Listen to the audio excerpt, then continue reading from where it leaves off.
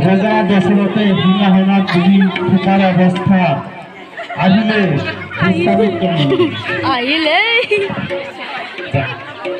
ৰাজা দশৰথ প্ৰণাম গুৰুদেব আয়ুষ্মান ভব এই সময়ত কিয়বা মোৰ ৰাজসভাত আগমন কৰিছে গুৰুদেৱ ৰজা দশৰথ মই তোমাৰ পুত্ৰ ৰাম আৰু লক্ষ্মণক লৈ যাবলৈ আহিছো কিয় গুৰুদেৱ মই গভীৰ অৰণ্যত তপস্যা কৰি আছিল কিন্তু ৰাক্ষসৰ উপদ্ৰৱত মোৰ তপস্যা ভংগ হ'ল ৰাম আৰু লক্ষ্মণ নহ'লে মোৰ সাধন কৰা অসম্ভৱ গুৰুদেৱ ক্ষমা কৰক গুৰুদেৱ ক্ষমা কৰক ৰাম আৰু লক্ষ্মণ এতিয়াও বৰ সৰু মই সিহঁতক দিব নোৱাৰিম মই সিহঁতক দিব কি ক'লে তুমি দিব নোৱাৰিবা তেনেহ'লে মই তোমাক অভিশাপ ক্ষমা কৰক গুৰুদেৱ ক্ষমা কৰক তুমি দিবনে না যদি নিদিয়া তেনেহ'লে মই তোমাক অভিশাপ দিম গৈছো গুৰুদেৱ গৈছো অযথা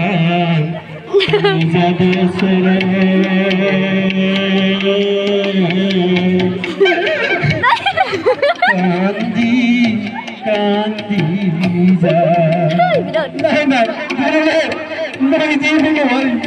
মই দিব নোৱাৰিম কি ক'লে দিব নোৱাৰিবা মই তোমাক অভিশাপ ক্ষমা কৰিব ক্ষমা কৰিব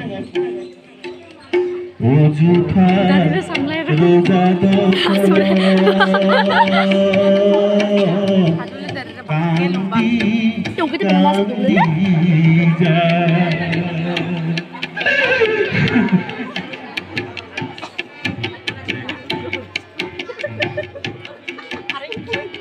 রাম লক্ষ্মণ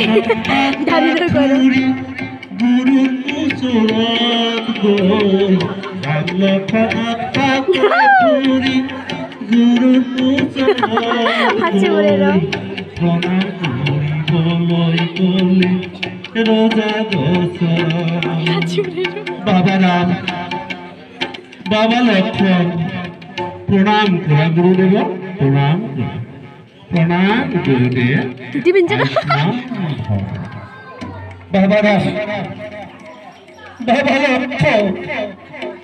তোমালোকে দুয়ো গুৰুদেৱৰ লগত যোৱা গুৰুদেৱৰ লগত প্ৰণাম পিতাশ্ৰী আয়ুষ্মান ভৱ তেনেহ'লে ৰাম আৰু লক্ষ্মণ তোমালোকে দুয়ো মোৰ লগত বোলা এতিয়া আমি মোৰ সাধনৰ স্থললৈ যাওঁ যোৱা বাবা ৰাম যোৱা বাবা লক্ষ্মণ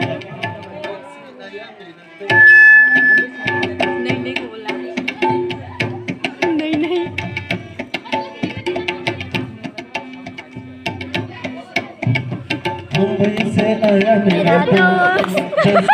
सलाम करो मुंबई से आया मेरा दोस्त को सलाम करो এইদৰে যাওঁতে যাওঁতে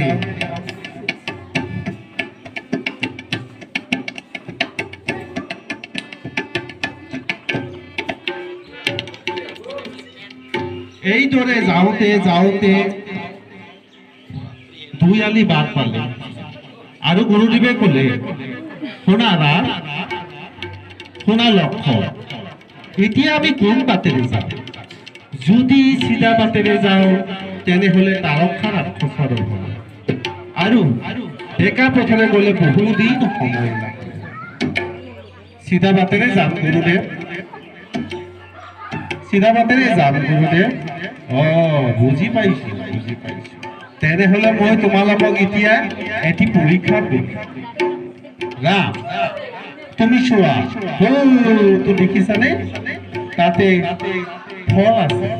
মোক এক তিৰেৰে তুমি এখন ফল পাৰি দিয়াচোন প্ৰণাম গুৰুদেৱ এই বুলি প্ৰণাম কৰি ৰামে সেই ফলটো এক তিৰেৰে পালিবলৈ তীৰ মিলালে